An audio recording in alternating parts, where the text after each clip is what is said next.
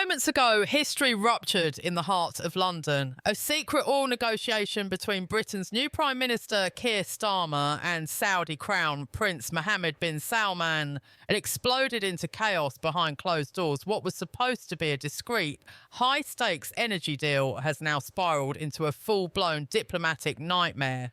Sources confirm MBS, the iron-fisted ruler of the kingdom, stormed out of the negotiations, leaving British officials stunned, scrambling and humiliated.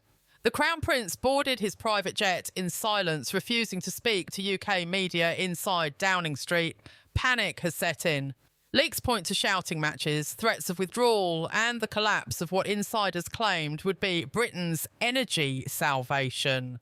Social media is ablaze, Parliament is shaken, and just beneath the headlines an even darker truth is emerging, one that could threaten Britain's global standing, shatter political alliances and drag the Prime Minister into the greatest crisis of his short tenure.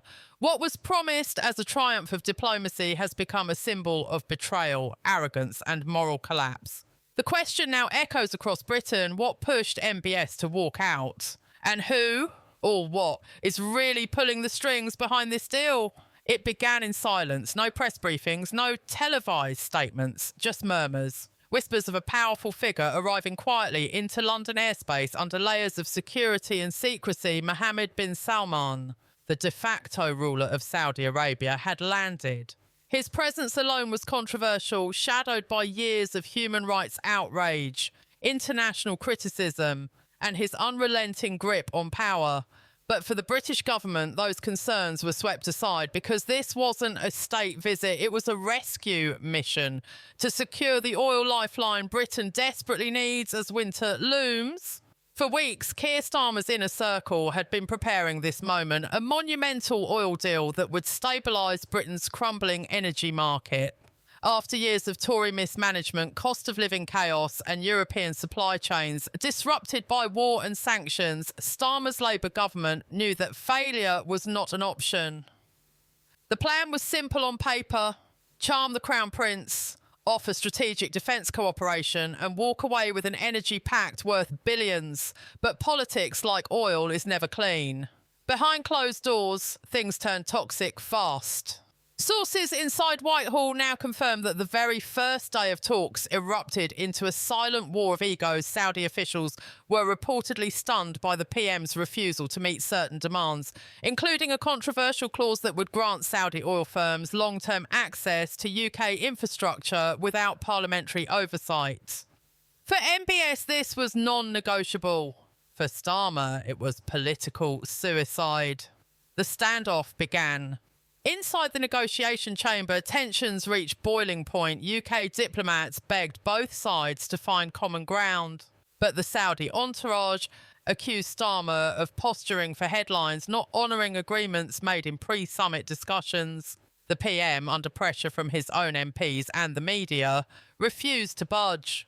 What followed, according to one insider, felt like a cold civil war. Voices were raised, threats were made, and then silence. Just after midnight, the Crown Prince vanished. He left his hotel, cancelled his meetings, and by dawn, his private jet had lifted off, leaving a vacuum of explanation and a storm of speculation. The world woke up to a diplomatic disaster. In Riyadh, officials described the UK as unreliable and weak. In Westminster, MPs from both sides demanded answers. The tabloids declared it a betrayal.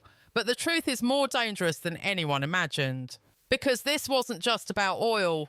Intelligence sources now suggest that a second, unreported agenda was at play, a classified defence cooperation proposal, allegedly pushed by British military advisors, aimed to offer Saudi Arabia cutting-edge AI surveillance systems in exchange for guaranteed energy security. But when briefed on the proposal, Starmer reportedly recoiled, warning that such a move could haunt Britain's moral reputation for decades. That's when the deal began to collapse, and yet here lies the moral wound. In a time of global energy instability, is it better to compromise with tyranny or let your nation freeze in principle? That's the moral war now playing out in the corridors of Parliament. Back on the streets of London, protesters gather outside Downing Street. Their signs read, "No blood for oil" and "Human rights are not for sale." Inside, Starmer's cabinet is divided. Some urge a return to the table. Others warn that any further deal with MBS would be a betrayal of British values. But with fuel prices rising and winter closing in, the clock is ticking. The Prime Minister faces a choice that no leader wants to make. Restore the talks and risk his soul, or walk away and risk his government one misstep, and Labour's entire foreign policy could unravel. The nation watches with bated breath.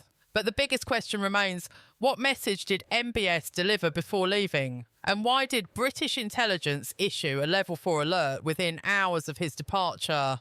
London wasn't just confused, it was under alert. Within hours of the Saudi Crown Prince's unexpected departure, British intelligence raised a level 4 diplomatic alert, the highest non-military threat level before mobilisation. Unusual for a failed negotiation, unprecedented for a meeting that was meant to symbolise new alliances. The question no one could answer. What had MBS said in that final private exchange that triggered national panic?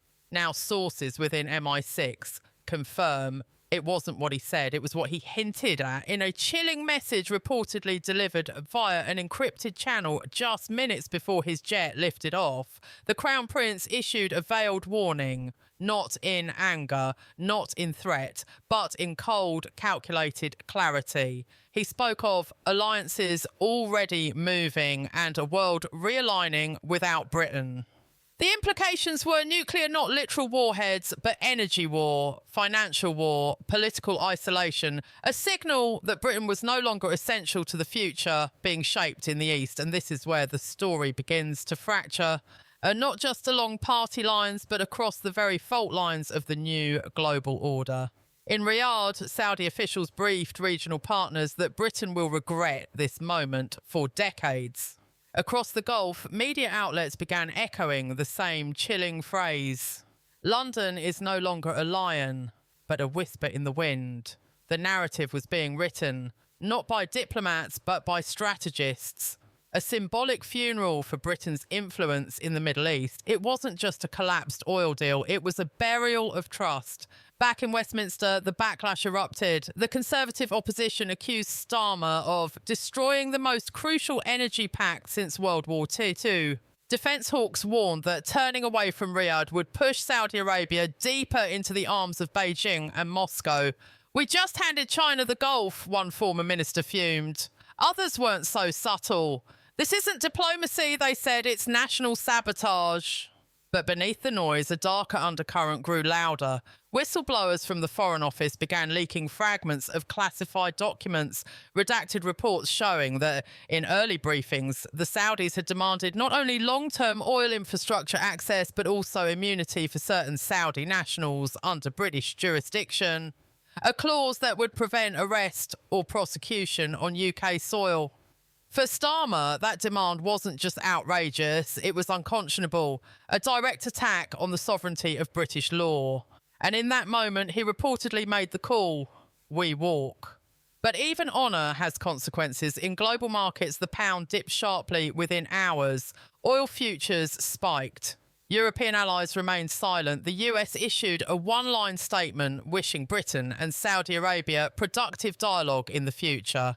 Translation, you're on your own. Energy analysts now warn that unless Britain finds an immediate alternative source, and fast, the country could face rolling blackouts, fuel rationing and record inflation by February. But the public mood, that's where this story becomes something else entirely. Because while politicians screamed in Parliament, the British public erupted in the streets, not in support of MBS, not even in defence of Starmer, but in rage. Rage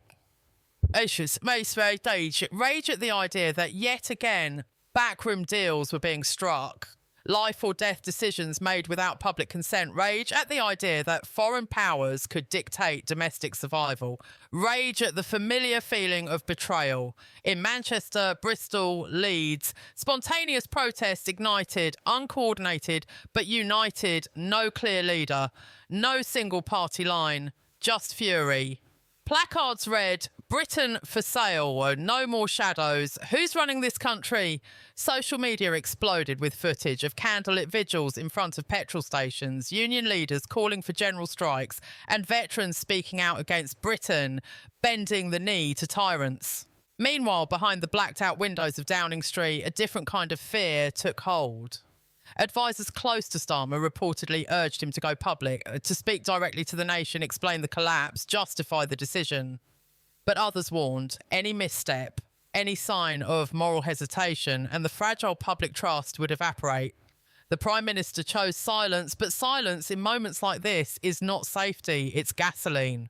And now a new thread has emerged, one too dangerous to ignore. British security officials are investigating the sudden disappearance of a junior diplomat who had been closely involved in the Saudi talks vanished. No trace. Last seen boarding a train from Paddington. Destination unknown. His name hasn't been released, but leaked security footage shows him visibly distressed, carrying a black satchel believed to contain classified documents. Theories are erupting: defection, blackmail, whistleblower on the run. Whatever the truth, the message is clear. This is no longer just diplomacy gone wrong. This is a geopolitical ghost story, filled with whispers, betrayal and shadows that reach far beyond oil. And as the storm thickens, one impossible question now haunts the corridors of power. What if Mohammed bin Salman never came to London to make a deal, but to deliver a message? And if so, who was really the target? The Crown Prince is gone. The negotiations are dead, but the crisis has only just begun. Because what's unfolding now isn't just the aftermath of a failed oil deal. It's the unravelling of Britain's global relevance. And deep within that unravelling, something darker has emerged. The suggestion that this entire summit may have been a calculated trap. The insiders from the intelligence community are now whispering of a hidden agenda, that the Saudi visit wasn't designed to succeed, but to test the strength, resolve and desperation of Britain's new leadership. A stress test dressed as diplomacy, a provocation cloaked in handshakes. Why? Because in a world reshaped by shifted power blocks, London is no longer seen as a pillar, but a pawn. And MBS may have just proven it on the world stage. In the hours since his departure, Saudi oil deals have been quietly confirmed with China, India and even Hungary. Nations now gaining access to favourable pricing and energy corridors, previously discussed with the UK. And here's the sting. Many of the same infrastructure proposals offered to Starmer were accepted, almost word for word, by Britain's rivals. It wasn't a walkout, it was a pivot. Meanwhile, the vanished diplomat remains missing. MI5 has now issued a restricted inquiry, suggesting a potential breach of national security rumours swirl of an encrypted drive passed to foreign hands. A leak, a handover, a blackmail operation. We may never know, but one thing is certain. Someone knew this deal was never going to succeed, and someone wanted that failure documented. And now public trust is eroding by the hour. The Prime Minister's silence is being interpreted not as caution, but as fear. Anonymous MPs report Starmer is isolated, under siege, and increasingly erratic. In closed-door meetings, some speak of early resignations, others speak of a snap election. The pressure is building, not just from the opposition, but from within his own cabinet. As energy markets spiral and street protests grow, the people are no longer asking what happened. They're asking who is responsible, who allowed this deal to progress in the first place, who approved the immunity clause, who briefed the Saudis that Britain would bend, and most of all, who benefits from this collapse? Some say it's foreign influence, others suspect internal sabotage. But a new theory now spreads like wildfire online, that MBS's departure was choreographed not to punish Britain, but to expose it, expose the weakness of a divided parliament, expose the illusion of British sovereignty, expose a government willing to trade principles for survival, and fail at both. Tonight, Britain is not just energy starved, it is morally shaken, diplomatically cornered, economically exposed, and politically paralysed. But as the lights begin to flicker across Europe's oldest democracy, one final question cuts through the noise. Has Britain finally reached the moment when its enemies no longer seek to conquer it, but to humiliate it? And if so, who in Downing Street let them in?